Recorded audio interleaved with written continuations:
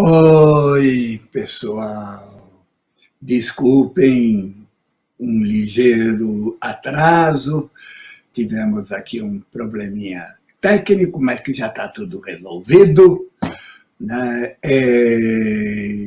Não deixem de começar a curtir, né? Porque nós vamos ver coisas muito importantes aqui. Veja, pessoal, o Brasil atravessa a mais grave e profunda crise da sua história. Crise econômica e política tão longa transformou-se numa crise civilizatória, agravada agora pela crise sanitária que está a matar mais de 100 pessoas por dia e que até junho, julho, terá matado 500 mil de pessoas. Um verdadeiro genocídio. Quando se procura entender a crise, duas coisas emergem como fundante e de difícil compreensão.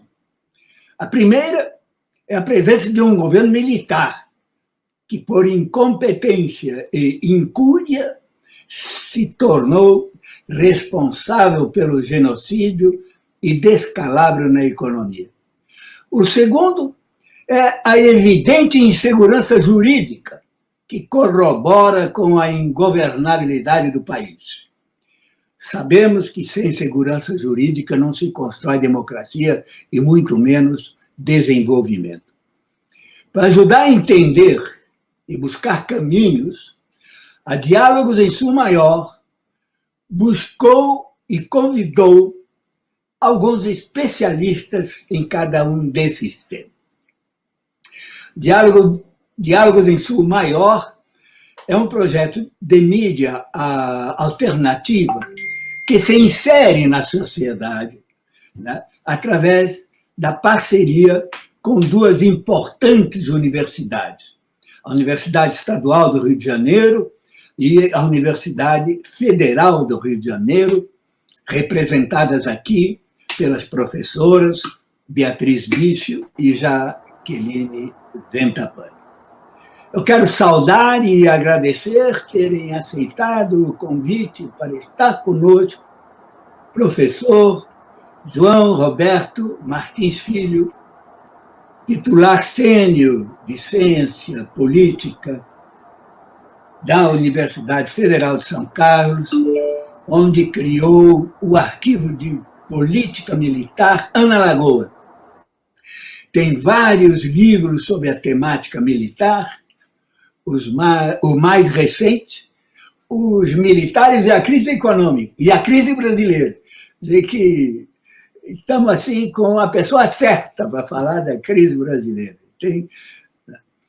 E convidamos também o professor João Batista Damasceno, doutor em Ciência Política, professor na Universidade Estadual do Rio de Janeiro, foi juiz no Tribunal de Justiça do Rio, né, o que tem a experiência de ter sido juiz, né, foi coordenador da Associação Juízes para a Democracia, também com vários livros publicados, destacando-se em temas como liberalismo, individualismo e ética. Então, como vocês veem, estamos aqui com duas pessoas realmente qualificadas para tratar os temas que nós nos propusemos. Eu já vou fazer, então, com a minha colocação para cada um desses temas e já deixar as questões para ambos os professores. Vou primeiro falar da insegurança jurídica, né? Quando do julgamento do habeas corpus, que implicava na suspeição do juiz Sérgio Moro, nós dissemos, né, que a questão não era Lula ou Moro, mas sim todo o sistema judicial que estava em jogo. Né? E é fato, né? O processo envolvia 9 juízes em 3 instâncias. É muito sério isso. Ficou evidente a ilegalidade da prisão de um réu sem ser julgado, porque se tratava de um ex-presidente, né? Figura internacional. Quantos são os réus não julgados nos cárceres lotados de hoje? O próprio relator do processo, o ministro Gilmar Mendes, deixou claro que somente uma reforma profunda do judiciário poderá oferecer segurança jurídica necessária. Olhando o que ocorre agora mesmo na Corte Suprema, vemos que o Estado é laico, mas os juízes estão brigando entre si para ver se deixam templos abertos ou fechados na quarentena. Um manda abrir, o outro manda fechar. E o louco que está na presidência quer abrir tudo. Né? Pode haver maior insegurança jurídica do que essa. Hoje mesmo, os jornais publicam que mais de 90 pessoas estão sendo investigadas com base na Lei de Segurança Nacional, lei da ditadura. Então, a questão, mais que juízes e tribunais, né, envolve um repensar de todo o sistema de justiça a partir do próprio conceito de direito e de justiça, né, a partir dos bancos escolares, nos pactos sociais. Magistrados aprendem a defender a propriedade como direito divino. Né? Agora mesmo está havendo em Brasília uma reintegração de posse, levando ao desespero mães com suas crianças. A questão que coloco para o professor João Batista Damasceno é essa. É possível uma justiça que respeite o direito à propriedade social? Como obter a segurança jurídica necessária para que o país volte a funcionar? E para o professor João Roberto Martins Filho, eu quero colocar que nessa nossa pindorama, a terra Brasilis, os europeus se impuseram pela força da cruz e da espada. O símbolo do poder colonial continuou sendo a espada e a cruz e o pelourinho, né? O tronco para afligir os escravos. O Império não conseguiu resolver a questão militar e foi derrubado por um golpe de Estado. A triste república que começa com um regime militar. A partir daí, foi uma sucessão de golpes e ditaduras. Entre as mais longas, primeiro, os 11 anos da chamada ditadura Vargas, que, na verdade, foi uma ditadura militar com Góes Monteiro no comando. Né? A segunda ditadura durou 21 anos. O general Hamilton Mourão, em artigo publicado no domingo, diz que foi o regime de 64, esse dos 21 anos, que fortaleceu a representação política, né, e afastou os militares da política. Né? Está de vice-presidente e foi um dos artífices do golpe e da operação militar que os levou à presidência.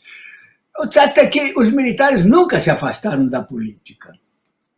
Durante o período de 64 a 85, editaram 17 atos institucionais, liquidaram com os partidos políticos, caçaram parlamentares e intelectuais, fecharam e abriram o legislativo, manietaram o judiciário, criaram uma justiça militar para julgar civis, inclusive a mim, prenderam sem julgamento, torturaram, mataram.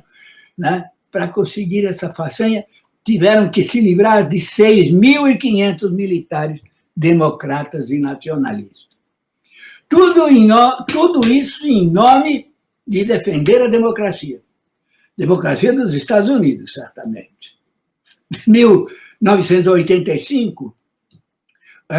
1985 a 2016, nós tivemos o mais longo período de poder civil continuado. Foram 35 anos em que tão pouco se resolveu a questão militar. Inconformados por estar fora do poder, e não serem compreendidos como salvadores da pátria, os militares realizaram o que chamamos Operação de Inteligência para a Captura do Poder. A eleição de 2018 foi uma farsa sob todos os pontos de vista. A suspeição de Moro deixa claro algumas das táticas utilizadas para a captura do poder. Começou com afastar o principal candidato. Essa é a questão. Eles tomaram o poder com o objetivo explícito de que necessitam 30 ou mais anos para consertar o país. Ocuparam todos os ministérios, inclusive aqueles cujo titular é um civil, né? Você vê os cargos de segundo escalão, são todos militares. Transformaram-se em burocratas a proteger o próprio emprego, né? Em que desfrutam de 2 salários, além das mordomias. Mais de 10 mil militares nos órgãos de governo e nas estatais. Essa é a questão. É um governo militar que está a militarizar o Estado. Difícil imaginar que queiram largar essa mordomia. Se fossem 11 ministros, por exemplo, isso até quem disse foi o professor Leimer, né? Seria fácil, mas sendo mais de 10 mil, a coisa se complica. Como vamos nos livrar da tutela militar? O Estado militarizado é muito grave, pois leva a ideologia da caserna à política, à justiça. E o que é a ideologia castrense? Como disse aqui a professora Ana Penido, dialogando comigo na terça-feira, né, o militar tem como missão liquidar o inimigo. Né? Não aceita dialogar com um adversário. Né? E, para terminar, coloco só mais uma questão, talvez a mais crucial, a presença de militar do Estado-Maior brasileiro no Comando Sul dos Estados Unidos. É isso aí que eu queria colocar como provocação para esses pré-claros professores que se dignaram, que nos honraram aqui com a sua presença.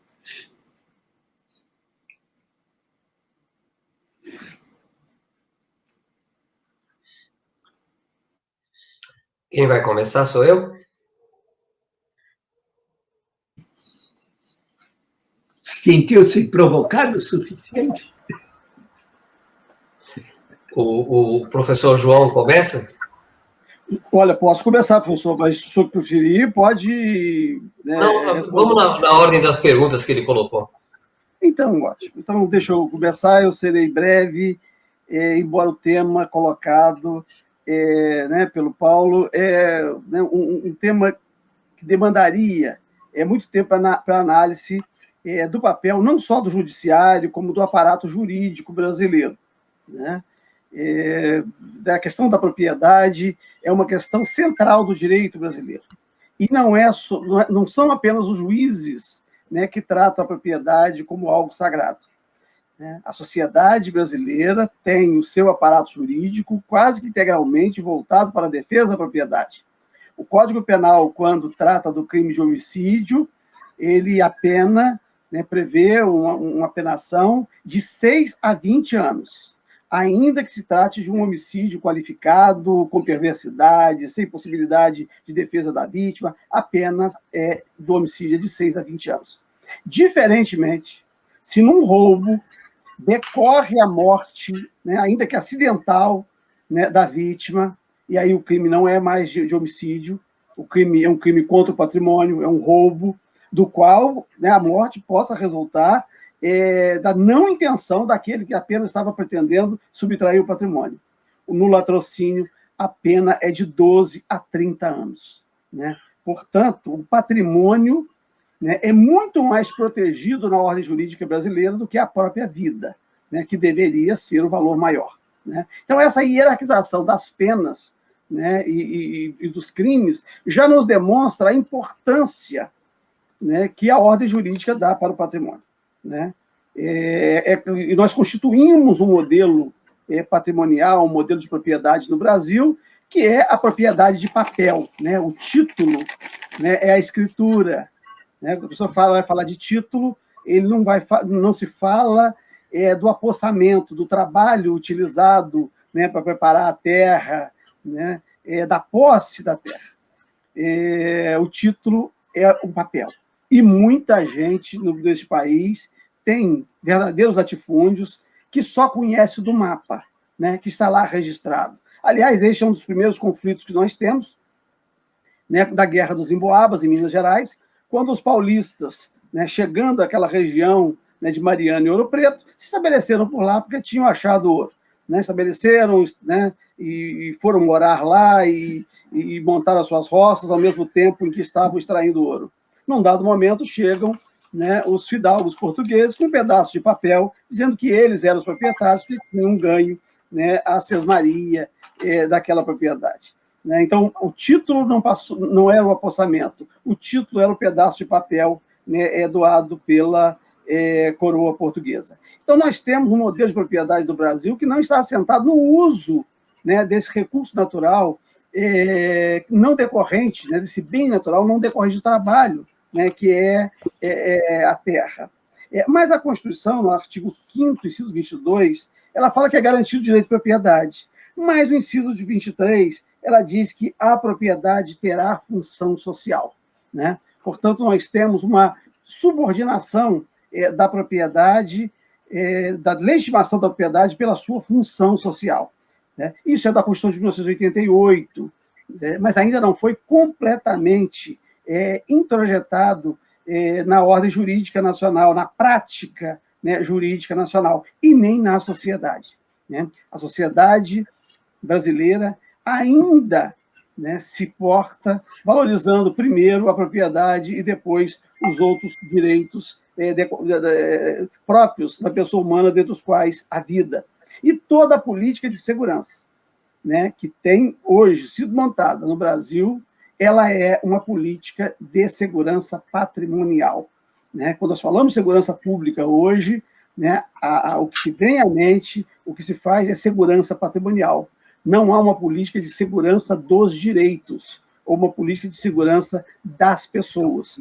Então, essa questão do modelo de propriedade que nós instituímos no Brasil, né, que temos, ao longo dos séculos, tem desprivilegiado a vida, né, em favor do apossamento, né, em favor, né, de algo, né, que será melhor tratado quando nós falarmos do patrimonialismo, né, que é esse modo de se estabelecer essa relação com outras pessoas a partir do patrimônio, né, e, por vezes, confundindo, né, a esfera pública, né, o patrimônio público com o patrimônio privado. E isso também pode ser analisado neste momento, quando nós falarmos das terras da União, né, destinadas aos povos indígenas, que neste momento, né, estão sendo saqueados, né, por grileiros, né, estão sendo apropriados por grileiros, né, atendendo ao agrobusiness, está sendo apropriada pelos madeireiros, e há um conflito neste momento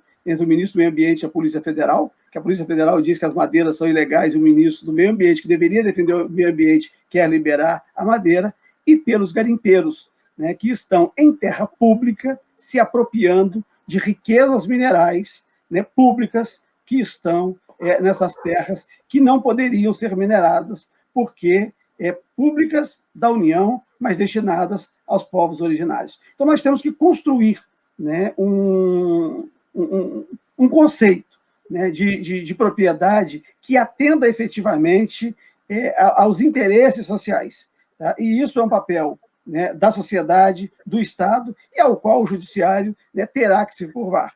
Né, mas com as suas peculiaridades, com a sua história, né, também, né, tem os seus problemas para poder compreender essa função, né, que a Constituição de 1988 lhe atribui.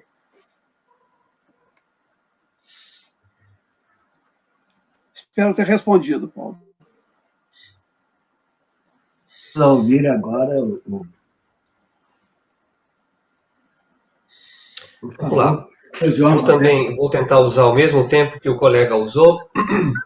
Eu vou propor uma tese meio polêmica. Na verdade, ela não é muito, muito aceita. Em geral, as pessoas que querem valorizar o estudo do tema militar, coisa que hoje em dia não precisa mais, porque a gente realmente virou o tema no Brasil hoje, elas citam os momentos de ruptura, que foram 1889, 1930, 1937, 1945, 1964, para falar que os militares eles são quase que eles são o fator mais importante da vida política brasileira, no caso a vida republicana brasileira, e que eles que governavam em vários momentos da vida política do Brasil. Bom, vamos começar. Na época do Império, a Adriana Barreto teve um texto muito bom que ela escreveu recentemente, onde ela mostra que os militares tiveram um papel de ordem interna fundamental, tanto é que durante 7 anos o Caxias chefiou a polícia do Rio de Janeiro na época das regências, isso pouca gente sabe. Mas eu diria o seguinte, eu diria que no Império, o Império era um regime essencialmente civil. Depois da Guerra do Paraguai, com o surgimento da questão militar, aí sim, os militares deram um golpe em 1889.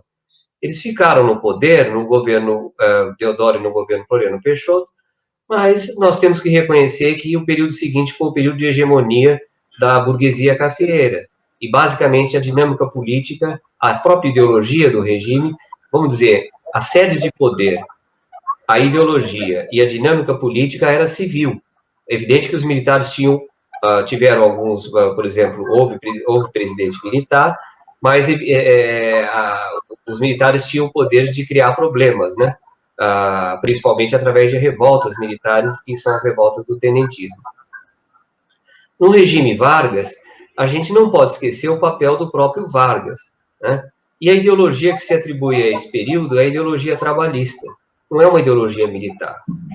A relação entre o Vargas e os trabalhadores urbanos é um ponto fundamental desse período. E eles, evidentemente, que apoiaram, os militares entraram muito divididos na Revolução de 30 e não foram a força principal, ou foi um movimento heterogêneo que aglutinou um conjunto de forças contra o regime da República Velha, e em 37 eles apoiaram porque eles queriam aumentar o papel que eles tinham no Estado. Mas veja bem, se o Góes Monteiro precisava falar, nós queremos a política do Exército, não a política no Exército, é porque ainda não havia política do Exército, pelo menos durante o primeiro período Vargas. E fica muito claro que eles tentam aumentar a sua posição de poder no governo do Estado Novo. Eu tenho dúvida se o governo do Estado Novo é um regime militar. Uma das perguntas que nós podemos fazer é a quem coube a decisão de levar o Brasil para a Segunda Guerra Mundial. Coube ao Góes Monteiro ou coube ao Getúlio Vargas? Esse é um ponto também interessante. O período seguinte começa com um golpe militar e termina com um golpe militar. Em 1945 é derrubado Getúlio e em 1964 é derrubado aquele que fez a oração fúnebre no túmulo do Getúlio, o João Goulart. Então, há uma contradição muito grande agora entre os militares que gostavam de Getúlio ditador, mas não gostam de Getúlio líder das massas trabalhadoras. E ele, então, passa a ser quase que igualado ao comunismo e ele se suicida em 1954, mas o trabalhismo continua com muita força. Há um regime militar, há várias tentativas de golpe, né, 54, durante o governo Juscelino houve 2 tentativas frustradas, em 61 há uma tentativa de golpe e finalmente vem o golpe. A rigor, o período que vai de 64 até 1985, a rigor, é o único período de ditadura militar que o Brasil teve. O período que vem depois, de 85 até, vamos dizer, 2000, e até o momento que é afastada a presidente Dilma, ele foi um período democrático, dentro dos limites que sempre a democracia teve no Brasil.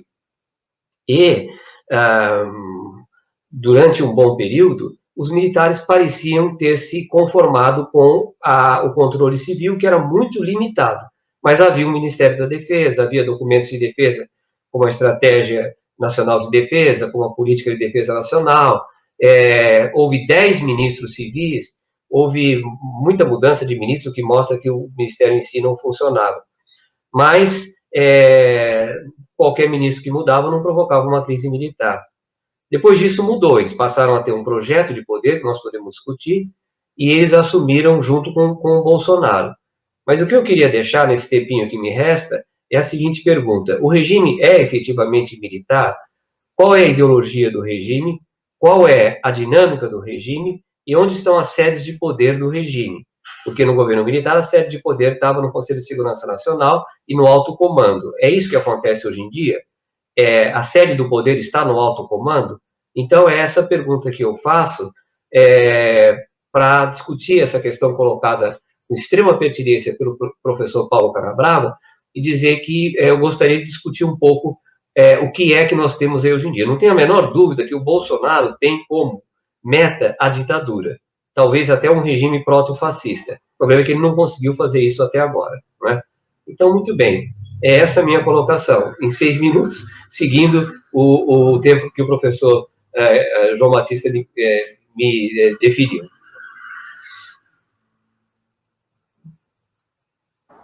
Agora é a minha vez de fazer as perguntas. Eu quero deixar aqui expressa a minha alegria, a minha satisfação de estar aqui recebendo esses dois ilustres colegas que estão nos permitindo um debate tão pertinente.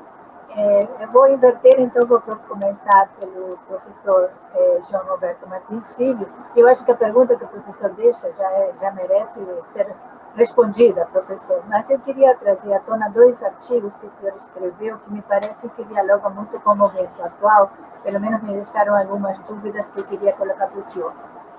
Um é o seu artigo A Guerra da Memória, onde o senhor coloca que há uma espécie de confronto em relação à memória dos anos da ditadura militar entre os militares, que naquele momento é um artigo que o senhor, se não me equivoco, escreveu no início dos anos 2000, 2002, é uma pesquisa, né? Enfim, na verdade, um artigo fruto de pesquisa, onde os militares, que o senhor, pelo menos, entrevista, ou a respeito dos quais menciona o resultado das perguntas, tendem a procurar esquecer o que aconteceu no período militar, e os militantes, que são o contraponto que o senhor coloca, militantes da esquerda que enfrentaram a ditadura militar, ao contrário, procuram manter muito viva a memória. Né? Então, em relação a isso, vai a primeira parte da minha questão, da minha pergunta, se hoje o senhor acha que essa questão continua vigorando, não em relação aos militantes da esquerda, que eu acho que a memória sempre faz muito sentido, né? Uma memória do que aconteceu na ditadura do ponto de vista da perspectiva da sociedade civil, mas se o senhor acha que nesse momento, com o governo Bolsonaro, já não existe esse sentimento de querer esquecer o que a ditadura fez, até porque estão sendo exaltados, muitas vezes, protagonistas da pior fase da ditadura, como foi, por exemplo, a tortura e aí a figura de Ustra, etc. Né? E, por outro lado, o senhor tem outra pesquisa com a dinâmica militar nas crises políticas durante a ditadura, onde o senhor coloca ter encontrado 4, aspas, partidos castrenses. Né? Nesse momento, o senhor encontra que existem essas divisões dentro das Forças Armadas, esse projeto que o senhor coloca de Bolsonaro se perpetuar através de um golpe possivelmente protofascista, ele representa pelo menos uma dessas correntes? Essas seriam mais questões, professor, para o senhor.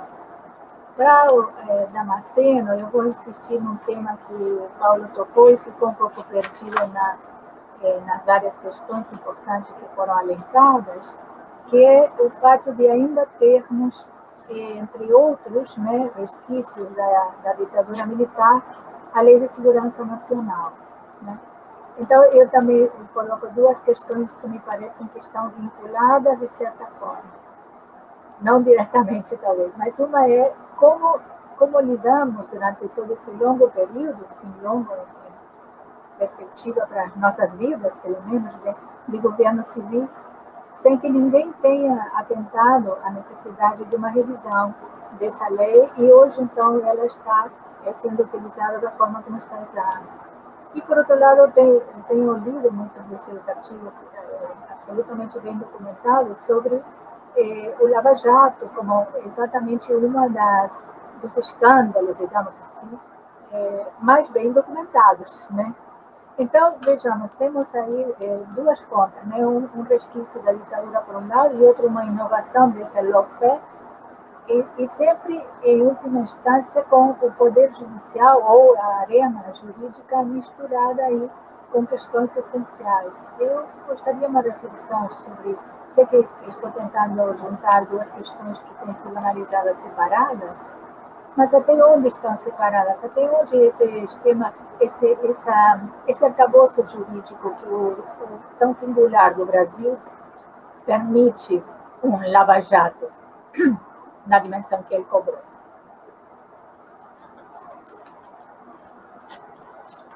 Nós podemos passar para o professor Damasceno ou eu começo? Começa. Tá, ok. Muito bem. Deixa eu... então, agora eu vou tentar responder naquele tempo que nós combinamos.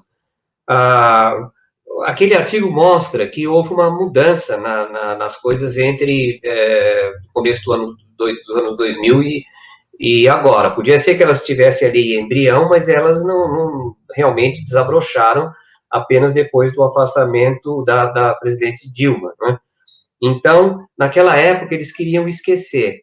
Mas, inclusive, a presidente Dilma proibiu a comemoração do 31 de março. E a esquerda queria lembrar, mas era um outro momento, não é tudo igual durante a nova república. Hoje em dia, vocês me perguntariam, hoje em dia eles querem lembrar? Ora, aí nós temos essa questão que eu coloquei na primeira intervenção. Eles preferiam que isso fosse feito interna corporis, eles preferiam que ficasse feito dentro dos quartéis para reforçar a cultura militar de defesa do golpe de 64 e de defesa do regime militar, dentro das Forças Armadas. Não me parece que as Forças Armadas é que inventaram essa coisa de comemorar 31 de março, como está sendo feito desde 2019, não é? Tudo indica que Bolsonaro colocou eles numa puxa, numa fria. Porque em 2019, o mundo inteiro noticiou que o Brasil iria comemorar um golpe de Estado. Eu acho que eles sempre preferiam a discrição. Do mesmo modo que eles preferiam que eles ficassem nos bastidores controlando o Bolsonaro. Me parece que isso não deu certo. Então, a memória, eu acho que eles não querem esquecer de forma nenhuma, mas eles preferiam que fosse feito sem espalhafato. Essa coisa que o Braga Neto fez agora de celebrar o golpe, eu não acho que eles queriam fazer isso. Eles preferiam fazer discretamente, né? Não mostrando para o mundo que eles estão... O Bolsonaro é muito traiçoeiro nesse sentido. Com relação aos grupos, efetivamente, quando toda a política se dava dentro do meio militar, houve uma proliferação de conflitos dentro do governo militar.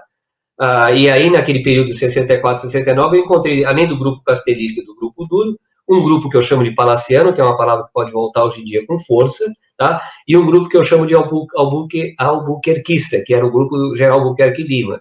Então, toda a política se concentra nos quartéis, por isso que eu acho que a caracterização do regime como civil-militar, ela nos priva de, pela primeira vez, poder falar de um regime militar, né, tucur, vamos dizer assim, e o que me espanta é que, nessa conjuntura que nós vivemos hoje, até há muito pouco tempo, não havia nenhum sinal de divisão militar.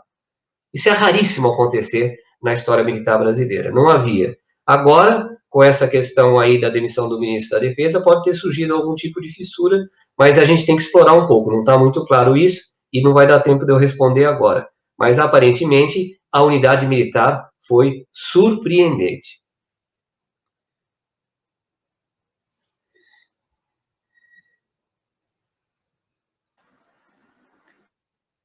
Mesma coisa, seguido o professor.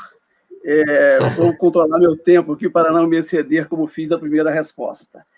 A questão que é colocada pelo Paulo, pelo professor Paulo, pela professora Beatriz, né, da Lei de Segurança Nacional, uma lei editada nos estertores da ditadura empresarial militar, né, de 1983, a Lei 7.170, eu creio que não passou despercebido pelos governos que sucederam ao velho regime, né, empresarial militar, não. Ao contrário, né, estes governos se serviram desta lei. Ao invés de editarem, né, buscarem editar né, uma lei de defesa do Estado democrático, se serviram dessas leis, né, dessa lei. Né, os manifestantes, aqueles manifestantes que fizeram um protesto em frente ao consulado do Rio de Janeiro, quando o presidente Barack Obama esteve no Rio de Janeiro, né, esteve aqui, eles foram enquadrados na Lei de Segurança Nacional. Né, eles chegaram a ser presos, né, e depois não foram denunciados, porque não se apurou quem foi que jogou, né, aquela bombinha lá na escadaria. Né, e a presidenta Dilma, na época, chegou a pedir, né, que os manifestantes ficassem presos enquanto o presidente Obama permanecesse no Brasil. Então, o que nós tivemos foi o uso de uma lei que não nos servia, né, a manutenção dela, e que hoje está sendo usada pela sociedade. Parcela da esquerda apoiou, né, parcela dos setores democráticos, né, apoiaram esses instrumentos como se tivessem controle dele. Né? A história da Lava Jato remonta à própria politização dessas instituições, Ministério Público e Justiça. Né? O professor João nos lembrou, né, do golpe da República, e é preciso lembrar que o ministro da Justiça, o primeiro ministro da Justiça, foi Campos Salles, né, que editou o decreto 848, instituindo, em 1891, né, tratando o Ministério Público como instituição. Né? Campos Salles né, o formulador do Pacto Coronelista. Né? Então, já logo no primeiro, né, governo militar, ele institui, né, constitui uma instituição, né, que serviria para processar os adversários. E é preciso lembrar, né, das intervenções, né, do poder central, né, nos estados, quando as oligarquias se opusessem ou bandeassem para a oposição, que elas eram feitas normalmente a pretexto de cumprir uma ordem judicial. Né? Então, havia um juiz federal, que era o juiz seccional, um por estado e 2 no Distrito Federal, e esse juiz federal era o juiz que tinha competência para requisitar a intervenção, né, federal no Estado. Então, nós tínhamos, na verdade, a República, né, se formatou criando essas instituições, né, a fim de possibilitar o lawfare. A palavra é nova, mas a politização, né, dessas instituições do sistema de justiça, elas remontam, né, a um longo período da história do Brasil.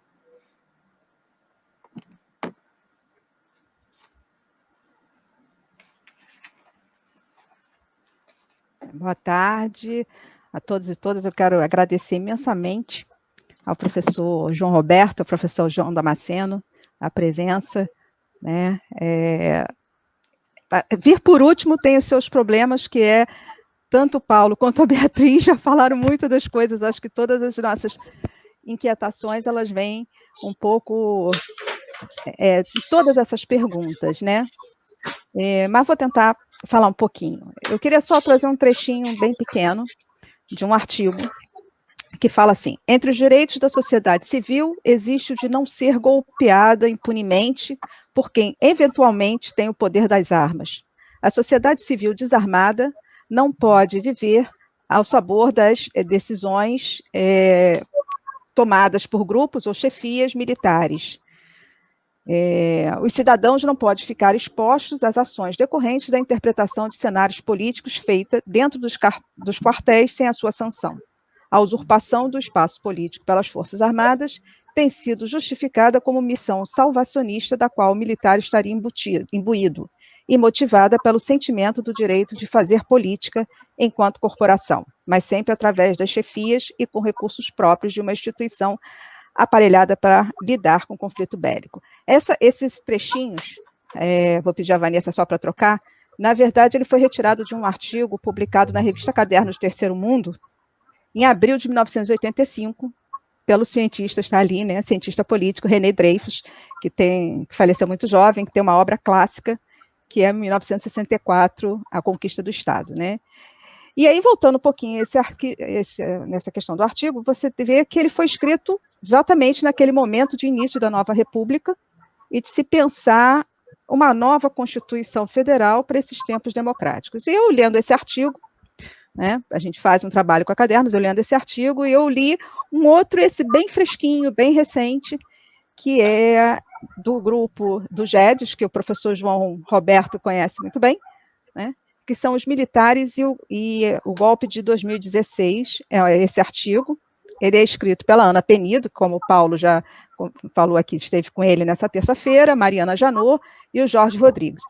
E ele faz uma cronologia muito interessante, de 2004 a 2016, e dialoga, inclusive, com outro debate que nós tivemos aqui com Piero Lerner, sobre a guerra híbrida, e que fala que esse movimento, na verdade, de 2016, é um golpe de Estado, ele veio, não foi gerado, como muitos falam, em 2013, né? Bom, eu vou tentar reduzir um pouquinho. Nessa cronologia, que eu não vou falar, mas me chamou muita atenção exatamente as questões da Comissão da Verdade, né? Esse passado, que é sempre um passado muito complicado, e a gente recordar que o Brasil é um dos poucos países, se eu não me engano, não sei se é o último, um dos poucos países em que a justiça de transição, efetivamente, ela não ocorreu, como deveria ocorrer, né?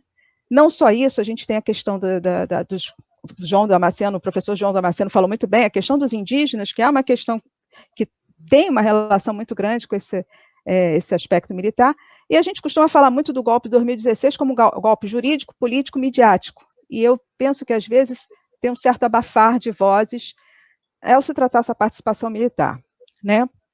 Então, assim, juntando essa cronologia, que foi nesse artigo do grupo do GEDES, com o texto do Dreyfus, com o texto do professor Francisco Carlos Teixeira, publicado no livro recém-lançado do professor João Roberto, Os Militares e a Crise Brasileira, quer dizer, bem nesse calor, me veio essa questão da transição, né? Muito do que você vê, para mim, é uma continuidade, claro, que dadas as suas diferenças, mas de uma justiça transicional não feita, né, de uma transição mal feita, a gente sai da ditadura com uma transição pactuada pelo alto, com aquele discurso, vamos esquecer o que houve e seguir em frente, como muito bem a Beatriz botou, né, as coisas todas da questão da ditadura, e você tem essas questões, elas, na verdade, elas não vêm sozinhas, né? Se a gente pensar que a ditadura, e aí eu acho que eu tenho que juntar os dois, né? O que o professor João Roberto vai falar e o professor João Damasceno, a gente tem que lembrar que, ao lado da questão militar da ditadura, propriamente militar, essa questão, a gente teve a construção de um arcabouço jurídico para dar aparência de legalidade ao regime, né? Não havia uma legitimidade, né, houve um golpe, mas todo o período da ditadura militar, ele vai ser construído na tentativa também dos militares em construir uma legalidade. E nós estamos vendo isso acontecer agora. Então, quando a Beatriz falou da Lei de Segurança, e eu queria que, se pudesse falar, então a minha pergunta, eu acho que vai um pouco nos dois sentidos, eu queria que o professor João, se ele pudesse nos falar em que medida essa transição, né, dos militares, como é que isso podemos ver também como uma continuidade, quando nós vemos que estão sendo resgatados conceitos da doutrina de segurança nacional, quando você pega os conceitos que foram da época da Guerra Fria, né? O próprio general Mourão falou recentemente do movimento internacional comunista, que é um conceito, um termo utilizado na Guerra Fria. Se a gente pode falar numa certa permanência atual nessa crise, que não é uma crise pontual, né, dessa transição mal feita, e eu queria, se pudesse, o professor Damasceno, né, eu cortei um pouquinho das coisas que eu ia perguntar, em relação à Lei de Segurança Nacional, como você falou muito bem, nós temos uma nova lei que está sendo proposta, que foi proposta pelo deputado Paulo Teixeira, se não me engano, do PT, que eles chamam de Lei de Estado Democrático de Defesa. Em que se diferenciam essas leis? Eu acho que isso é importante ficar claro. Em que essa questão da Lei de Segurança Nacional, de junho, segundo um site, eu esqueci o nome do site, não me recordo aqui, mas de junho de 2019 a junho de 2020, foram 41 prisões ou indiciamentos com base na Lei de Segurança Nacional, né? Uma lei de 1983, ainda o chamado entulho autoritário.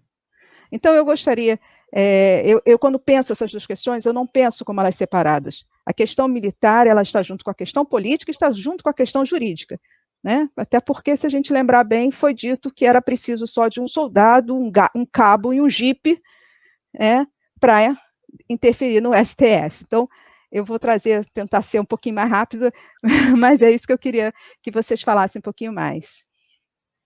Professor João, se puder começar, e depois o professor Damasceno. Tá. Em primeiro lugar, Pepe, desculpa, eu não falei que o tempo que ele usou na primeira vez, nós não tínhamos um tempo para a primeira vez, então eu só me segui o tempo dele para ser equânime, mas não tínhamos definido. Só nas perguntas que a gente tinha, por sinal, eu só vou ligar aqui agora, tá? Um minutinho só. Bom, são tantas questões que realmente não vai dar para responder nesse espaço que nós definimos. Eu acho muito bom definir um tempo certo, né? Eu acho que houve muitas falhas na condução da política militar nos governos de centro-esquerda. Na verdade, eu acho que tanto o Fernando Henrique, quanto o Lula, quanto a Dilma, eles empurraram um pouco a barriga a questão militar. Como existiu na época dos anos 30 aquela política do appeasement, que a Inglaterra definiu a política da Inglaterra com relação a Hitler, eu acho que também o erro de fazer uma política de appeasement com os militares dá no que deu, quer dizer, evitar contrariar os militares. O primeiro-ministro da Defesa, que era um civil e um diplomata, ele se afastou e ninguém o defendeu, porque ele entrou em conflito com o comandante do Exército por causa daquela foto falsa da questão do Herzog, né? Aquilo ali deviam ter batido o pé e falado não. O governo está começando, Lula tem extrema legitimidade, e ele não vai demitir o ministro da Defesa. O melhor ministro da Defesa, talvez, que existiu nesse período inteiro, que tinha melhores intenções, eu acho, era o Viegas. Então, eu acho que houve esse tal de appeasement que acabou empurrando o problema com a barriga, né? Qual é a política de defesa, a política militar, vamos dizer assim, que a política militar ela é parte da política de defesa?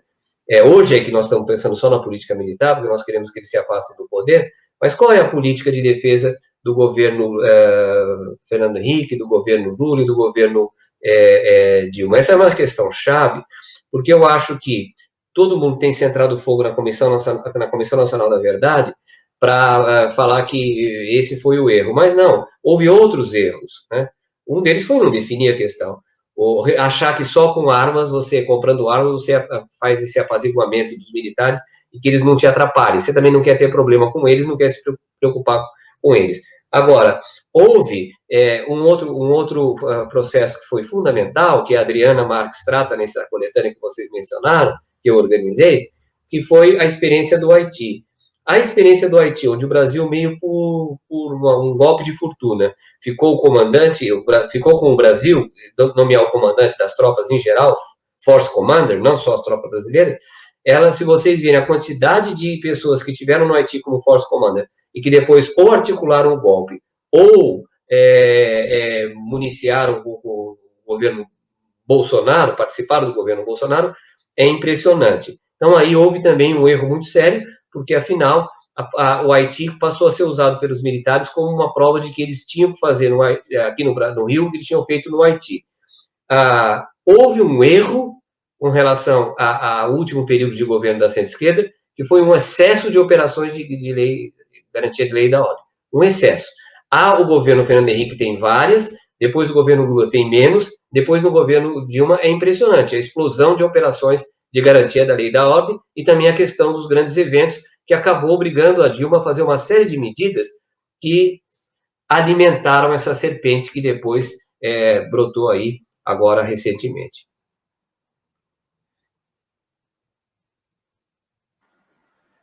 Pois é, tratando dessa questão da Lei de Segurança Nacional, né, que a professora Beatriz pergunta, e a propositura, né, esse projeto de lei de defesa do Estado Democrático, o que tem, basicamente, é que uma lei de segurança nacional ela visa proteger as autoridades, né, temerosas, fragilizadas, ou em suas conduções ilegítimas ou ilegitimadas, né? Então, a Lei de Segurança Nacional vigente, ela protege muito, né, as autoridades, né? Aliás, o Brasil não é só na Lei de Segurança Nacional, o Brasil é signatário do Pacto São José da Costa Rica, né, a Convenção Interamericana de Direitos Humanos, e se comprometeu a não privilegiar os agentes, a não fazer leis distinguindo os agentes públicos dos cidadãos. E, se o fizer, tem que ser em benefício do cidadão, nunca em favor do agente público. Mas nós temos no Código Penal o crime de desacato, né? Que é a falta do acatamento devido, né, a um agente público. E os tribunais têm resistido muito em considerar, né, este tipo, né, essa lei, esse artigo que define o desacato como contrário, né, ao Pacto São José da Costa Rica, que foi nacionalizado, né, como norma supralegal e infraconstitucional. E, portanto, um controle de convencionalidade já deveria ter sido tratado como expurgado, né, da ordem jurídica nacional. Nós temos um problema sério da Lei de Segurança Nacional, que é a sua incompatibilidade com a Constituição de 1988. Né? Já não é mais, e o Supremo vai se debruçar sobre isso, né? Analisando alguns dos dispositivos que eles são flagrantemente contrários à Constituição. Eles são inconstitucionais. Eles não foram recepcionados pela Constituição de 1988. Tá? Mas isso o Supremo haverá de se pronunciar sobre isso, a fim de expurgar, a fim de retirar da ordem jurídica, né, parte desse arcabouço, né, que é, né, desse período autoritário, e que os governos de centro e de centro-esquerda, né, pós-88, foram muito complacentes na manutenção e até na utilização.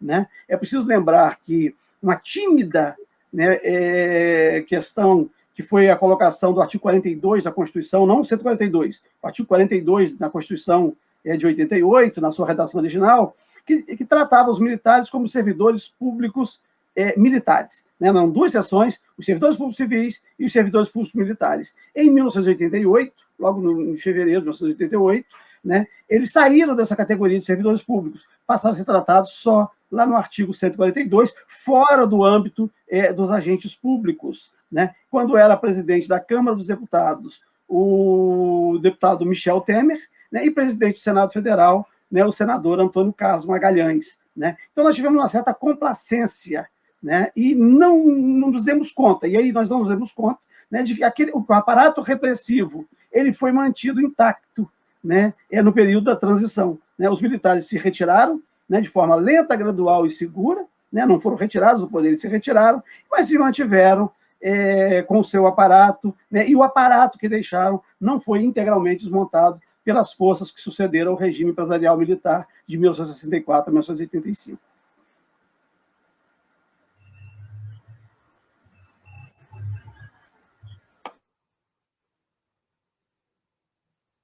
Bom, eu não sei se o Paulo e a Beatriz vão fazer mais alguma pergunta, ou se nós abrimos para o público. Eu não estou ouvindo, Paulo. Para os João Batista e João Roberto, falar em segurança jurídica me remete à soberania jurídica, né? E soberania jurídica no contexto soberania nacional. Eu acho que a soberania nacional está sendo estuprada, né, em bom português.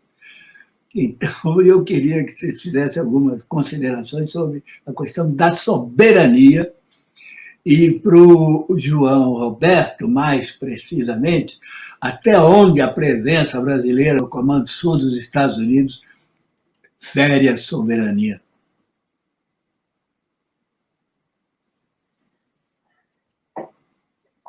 Vocês não querem também já aproveitar para fazer as perguntas e aí os professores respondem, depois nós abrimos para o público?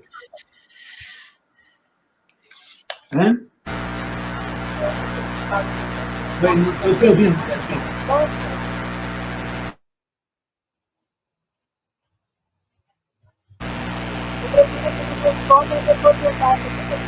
Beatriz, seu som está com problema.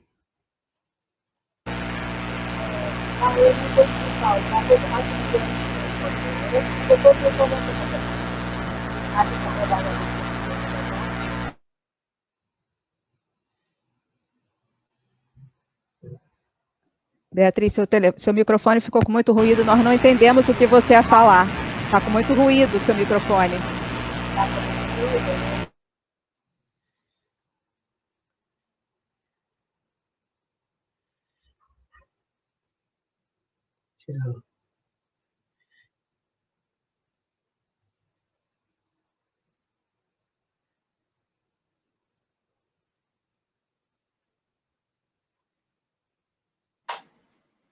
Beatriz, você está sem fone, sem microfone.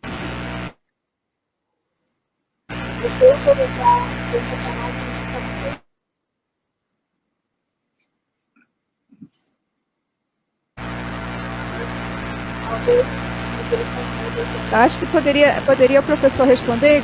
Beatriz, você tenta consertar seu fone, seria melhor.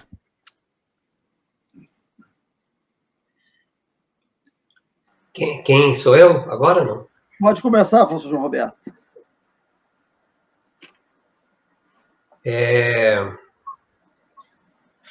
Bom, eu acho que a pergunta que eu recebi é bem objetiva, né? A presença dos brasileiros no Comando Sul, a presença de um general brasileiro no Comando Sul. Isso antigamente, vamos dizer, depois que terminou a Guerra Fria, houve um surto de nacionalismo que se concentrou na defesa da Amazônia. Esse nacionalismo, como diz o ministro Celso Amorim, era muito limitado, é mais uma noção territorial de nacionalismo, né? Os militares pensam o nacionalismo como uma invasão de fronteiras. A ideia de, vamos dizer, entregar o Brasil ao capital internacional nunca os preocupou muito, né? Agora sim, a questão das fronteiras, então eles vieram lá com uma doutrina, na época, que foi a doutrina da resistência, ou doutrina da lassidão. Por incrível que pareça, eles começaram a se preparar na escola de guerra na selva para uma resistência a uma invasão armada da Amazônia, né? Então foi um ultranacionalismo meio fake, né? Bastante limitado, mas existiu esse período aí. A única explicação que eu tenho para essa presença de general brasileiro gratuitamente trabalhando para o Comando Sul dos Estados Unidos é que realmente essa geração de generais que ajudou a levar o Bolsonaro ao poder é uma geração muito mal preparada intelectualmente. Eu até diria que os oficiais que formaram a partir dos anos 80, esses aí são dos anos 70, eles são melhores do que esse grupo que tomou o poder aí junto com o Bolsonaro, né? E o que me parece desse grupo, desses generais bolsonaristas, é que eles estão tão obcecados pela necessidade de se opor à esquerda, de impedir de novo uma vitória da esquerda, que isso supera qualquer outra coisa. Eu não vi nenhum incômodo militar com a relação carnal que o Bolsonaro teve com o Trump, né? Se referindo, no caso aí, a uma coisa que aconteceu na época do Menem, na Argentina. Então, é a única explicação possível. Eles esqueceram tudo e subordinaram tudo à questão de impedir uma volta da centro-esquerda. Tanto é que existe, o João Damasceno pode confirmar, um visível incômodo dos militares hoje em dia com o Supremo Tribunal Federal. Eles vivem criticando o Supremo Tribunal Federal, às vezes críticas machistas, como fez o general Paulo Chagas, a ministra Carmen Lúcia. Tá? Então, por quê? Porque eles acham que o projeto deles passava pelo Bolsonaro e o Supremo está atrapalhando, o que é absurdo, né?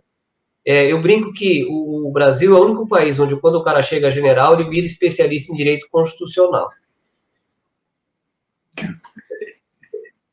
Aí, João Batista. Pois é, exatamente isso que o professor João Roberto acaba de falar, né? Nós temos, esse é o segundo ponto que eu ia abordar, mas eu vou começar por ele, né? A Constituição diz no artigo 102 que compete ao Supremo Tribunal Federal principalmente a guarda da Constituição, né? Então, o papel de guarda da Constituição ele é atribuído, né, pela Constituição ao Supremo Tribunal Federal, tá? Mas o que nós temos visto, né, são os militares dizendo que eles é que são os guardiões da ordem constitucional, né? Então, eles estão se arvorando num papel que não está na Constituição, né? Então, quando a Constituição permite o emprego das Forças Armadas na ordem interna, né, é como disse o professor João Roberto sobre as GLOs, né?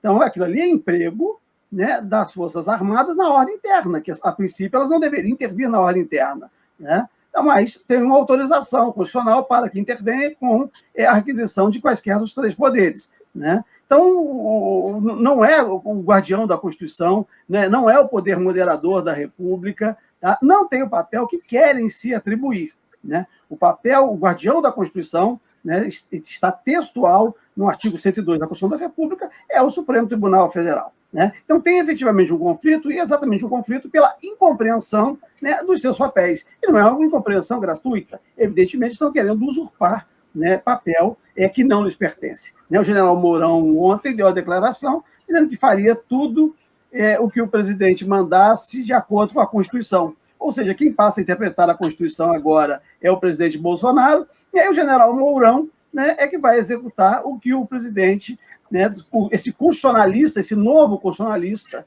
né, brasileiro, né, entender o que é a Constituição. Né? Então, nós temos aí uma questão séria, né? E aí, o Paulo, você coloca a questão da segurança jurídica. A segurança jurídica ela vai existir. Primeiro, nós tivemos essa definição clara desses papéis, a quem compete o quê. Né? E a segunda, e isso decorre, e aí que é a harmonia dos poderes. A harmonia dos poderes não é o pessoal ficar tomando cafezinho, né, nem saindo para jantar. A harmonia decorre, né, de cada qual, né, desempenhar o seu papel, né, sem entrar na esfera do outro, e a independência é o funcionamento sem a necessidade de autorização do outro. E aí nós precisamos, para ter segurança jurídica, a história da previsibilidade. Né? Se um ministro pode, sozinho, julgar uma causa, e essa causa, você não sabe se ela vai ser julgada na turma ou se vai ser julgada no pleno, isso causa uma imprevisibilidade.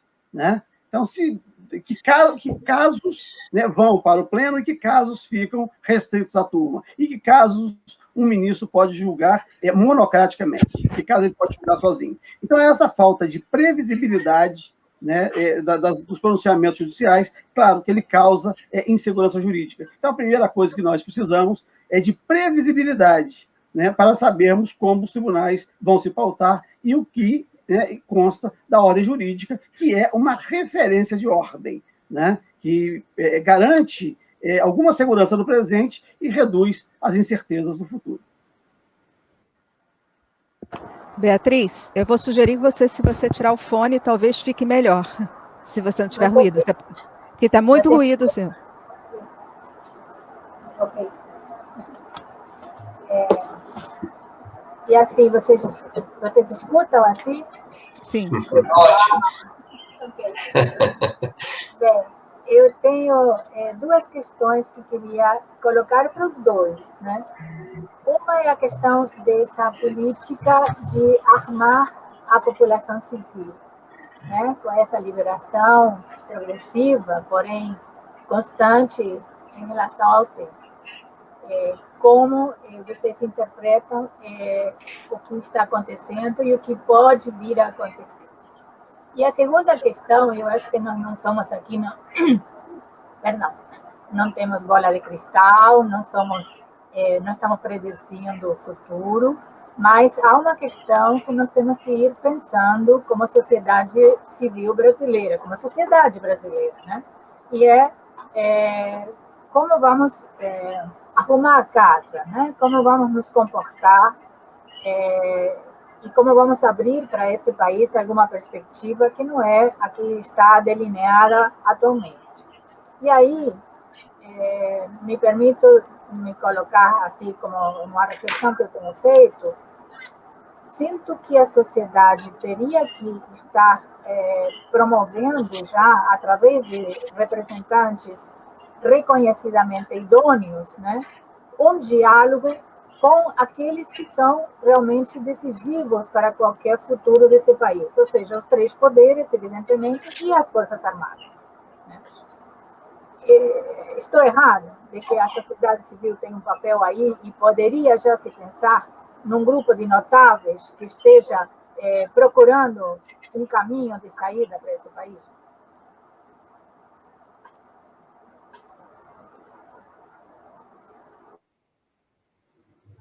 Aí, professor João Batista? Pois é, esta que é a questão. Né? Como é que nós vamos encontrar saída e como que nós vamos compor, né, as correlações de forças, né, para fazermos o que não foi feito, né, nos últimos 30 e poucos anos. Né? Há projetos, né, há concepções diferentes, há crenças, né? O professor João Roberto estuda, né, as organizações militares, estuda as Forças Armadas, né? Tem uma vasta obra sobre isso, e eu conversei muito, né, com um intelectual brasileiro, né, com um intérprete do Brasil, que foi Paulo Mercadante, né, escreveu A Consciência Conservadora do Brasil, né? Ele foi militar, né? Ele foi tenente, e foi quem redigiu o contrato do CIVAM, advogou, né, para a geração dele, depois que deixou as Forças Armadas, virou advogado dos militares, e muito imbricado, né, com a caserna e com a imprensa, advogou para o Rogério Marinho por 40 anos, e escreveu um livro mostrando como que essas empresas de comunicação andaram juntas com os tenentes, né, em 22, 27, 30, 37, 45, né, escreveu um livro da caserna à redação, né, mostrando como que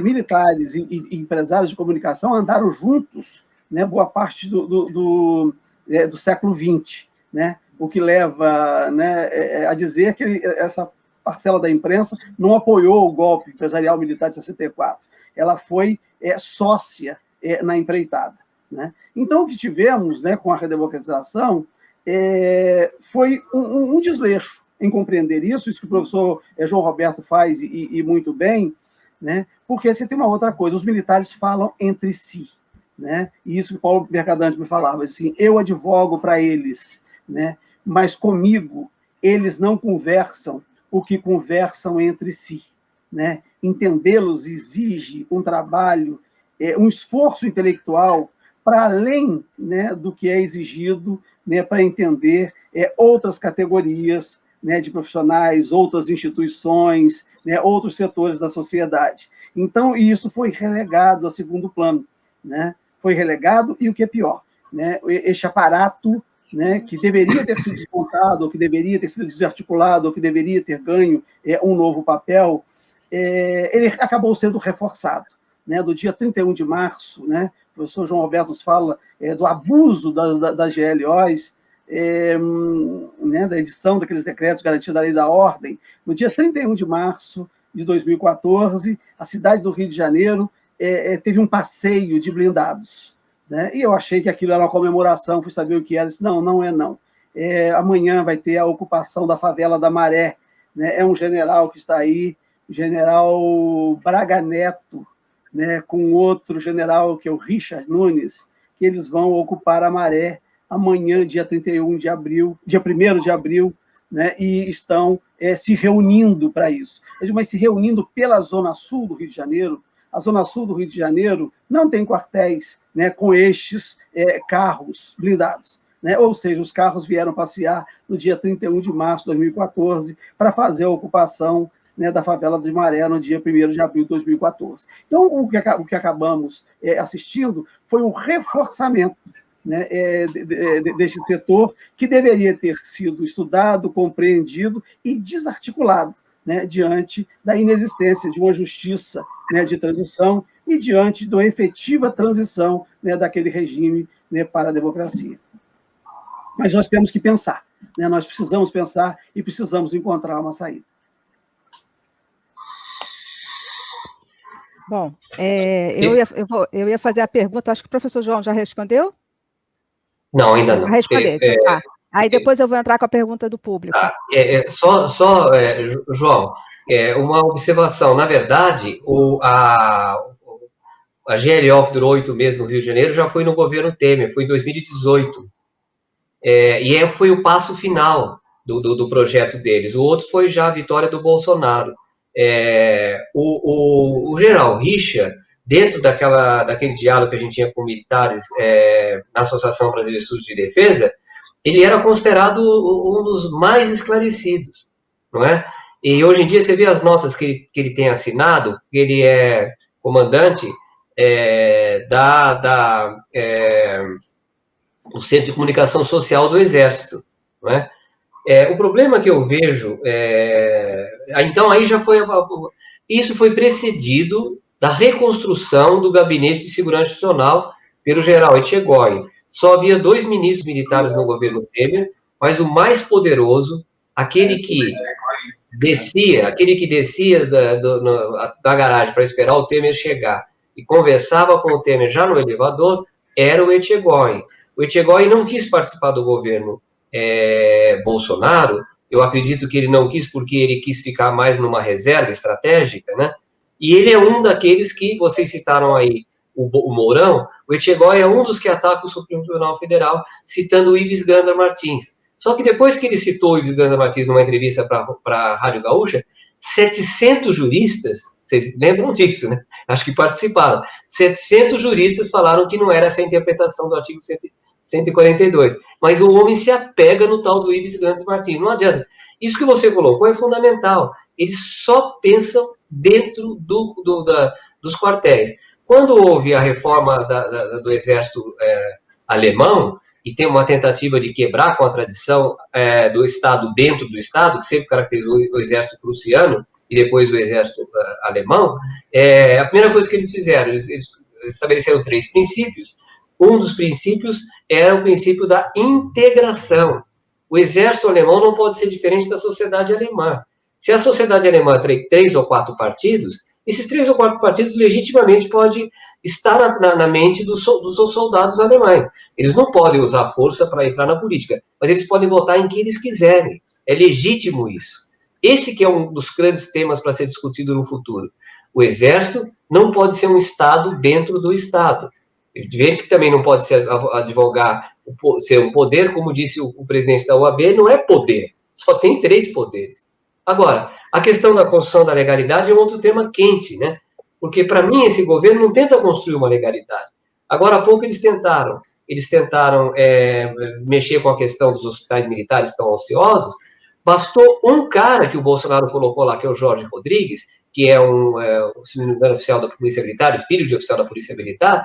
Ele acabou com a votação que estava se encaminhando com 2 votos, ela estava se encaminhando para exigir que fosse colocado esses leitos ociosos para a sociedade civil, que é quem paga isso. Eles falam, não, nós contribuímos. Sim, mas o governo dá 2 bilhões de reais por ano para os hospitais militares. Então, e agora ele colocou um fenômeno que eu acho que você entende muito mais do que eu. Existiu alguma vez no Supremo um ministro submisso a quem o nomeou? Que é o que está acontecendo agora, né? Então é um governo que não tenta construir legalidade, ele tenta corroer a legalidade. É como se fosse um cupim, né? Ele tenta, sim, ocupar postos chaves e que vai deixar aí. O próximo governo vai ter que continuar com esses caras. Quantos ministros o Bolsonaro não vai nomear? Então é muito diferente. O governo militar tinha um projeto de construção de uma nova legalidade. Esse governo não tem projeto de construção da legalidade. Se possível, ele queria instalar uma monarquia fascista, se fosse possível, mas isso ele não está conseguindo fazer. Vocês mencionaram o Mourão, o Etchegóin, agora o Santos Cruz, o general Mamed Brito, que já escreveu até na revista Piauí, e um que é mais rudimentar, que é o general Paulo Chagas, todos eles se manifestaram a favor do Moro agora nesse último capítulo. Todos contra o Supremo Tribunal Federal. Então, estamos fritti e Illuminati. É melhor a gente partir da realidade, né? Eu vou fazer o seguinte, eu acho que, na verdade, a segunda pergunta minha já foi toda ela respondida por todos vocês. Eu gostei muito dessa sua última... esse aspecto que você falou da legalidade, né? Porque a ditadura militar tentou construir uma legalidade e o que a gente vê é justamente esse corroer a legalidade. Isso é muito importante. Bom, eu vou trazer as perguntas do público, que a Vanessa, que está aqui no nosso suporte, ela pediu, porque são muitas perguntas. Então, eu vou abrir mão de fazer qualquer uma pergunta minha, que eu acho que o público é mais importante. A gente tem um público que assiste pelo YouTube, mas também assiste pelo YouTube do Diálogos do Sul, mas assiste pelo Facebook do LPPE, pelo Facebook do NIEAS, pelo Facebook do Diálogos do Sul, pelo Opera Mundi. Então, são vários canais de vários lugares. Então, eu vou fazer 2 rodadas, vou trazer 3 perguntas, vocês respondem, depois eu trago as perguntas restantes, a princípio são 4, espero que sejam essas, que já são muitas, e aí depois nós fazemos as considerações finais. Tá bom assim para vocês? A Vanessa, ela está colocando aqui na tela, mas eu vou ler também, que o Júlio Freixo botou: a questão dos investimentos estrangeiros na economia brasileira é um dos piores momentos do desenvolvimento do país. O que vocês acham disso? Um grande abraço, jornalista Júlio César. A segunda pergunta, Chuck Siqueira, os militares estão mesmo dispostos a se aventurar para manter Bolsonaro no poder? Acho que é a pergunta que todos nós nos fazemos, né? E a terceira pergunta dessa rodada, o Guilherme Lemos, essa vai para o professor João Roberto. Muito se usa a expressão partido militar, partido fardado. Quais as possíveis limitações do seu uso? Então, eu acho que essas duas perguntas são para os dois, a última vai mais para o professor João Roberto. Aí vocês...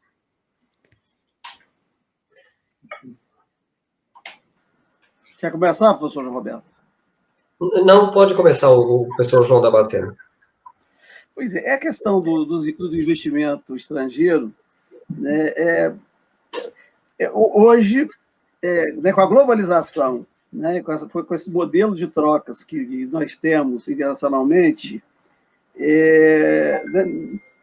já não nos permite hoje pensar, né, numa poupança interna, como se pensou em algum tempo do passado, né, formar uma poupança interna para fazer investimento interno, né?